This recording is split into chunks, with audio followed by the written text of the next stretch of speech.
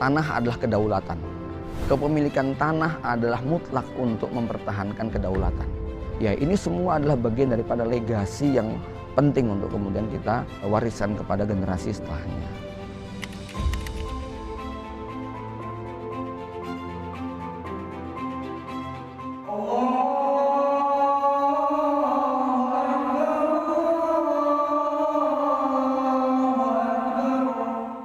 Ide awal Bani Soleh lebih kepada bagaimana legasi yang diwariskan oleh mbah-mbah kita itu terjaga.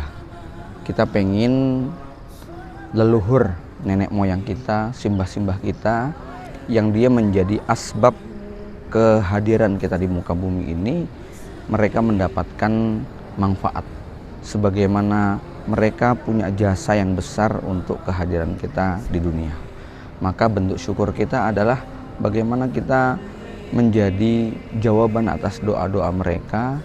Karena sejatinya kelahiran seorang hamba di muka bumi ini adalah untuk melanjutkan sujudnya orang tua, rukuknya orang tua, tilawatul Qur'annya orang tua, dan semua ibadah orang tua supaya amal mereka tidak terputus. Maka kita sebagai anak cucu daripada Mbah Soleh ini memikirkan.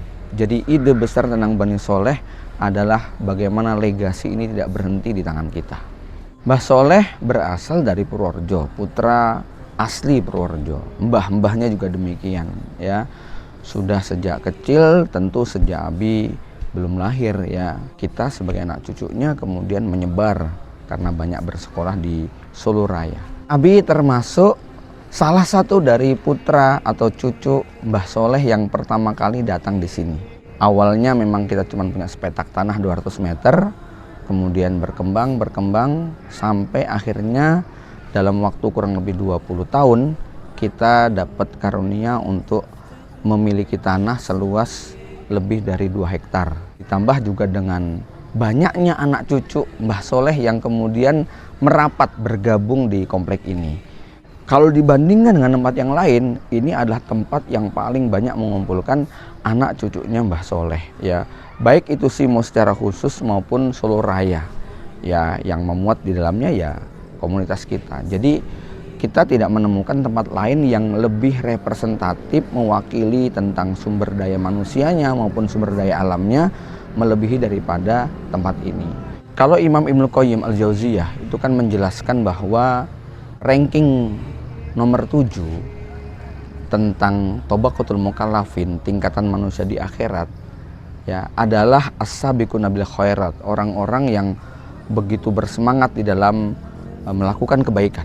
Bukan hanya mengerjakan ibadah, bukan sekedar rajin bangun malam, bukan sekedar rajin baca Quran, zikir pagi petang, tetapi dia juga tidak melupakan bagaimana kemudahan untuk melakukan ibadah itu terpenuhi.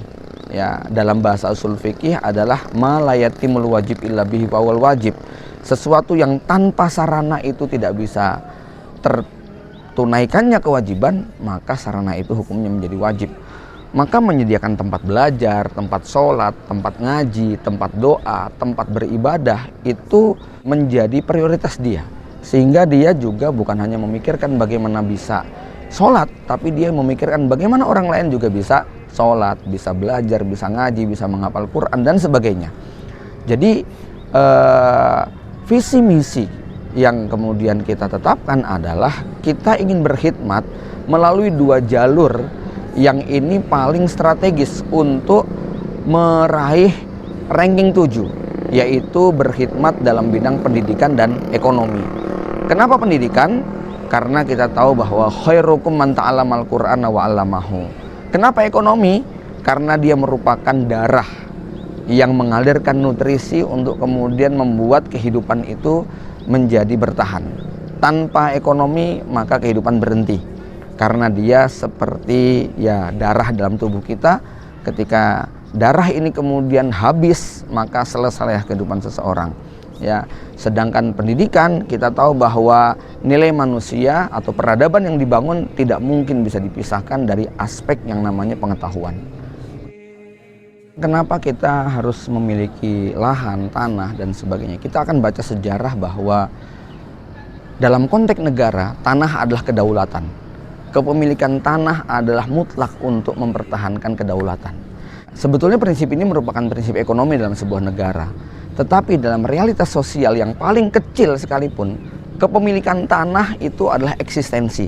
Berawal dari hanya 200 meter menjadi 25.000 meter atau 2,5 hektar. Ini bukan tentang ambisi nafsu pengen punya banyak, tetapi ini lebih kepada karena kepemilikan tanah ini benar-benar kedaulatan itu akan terjaga, terwujudkan. Lebih dari itu semuanya, kita pengen termasuk dalam kelompok yang ihyaul mawat, menghidupkan tanah-tanah yang selama ini karena tidak ada modal untuk mengelola, dia hanya menjadi tanah yang mangkrak. Maka dengan izin Allah dan karunia-Nya, ketika kita punya konsep yang visioner tentang sebuah lahan, kita bisa sulap ya, atau kita bisa ubah itu bagaimana tanah yang tadinya kurang produktif menjadi lebih bermanfaat. Anda bisa saksikan bagaimana anak-anak belajar, anak-anak bermain dengan lahan yang tertata dengan baik. Ya, ini semua adalah bagian daripada legasi yang penting untuk kemudian kita wariskan kepada generasi setelahnya.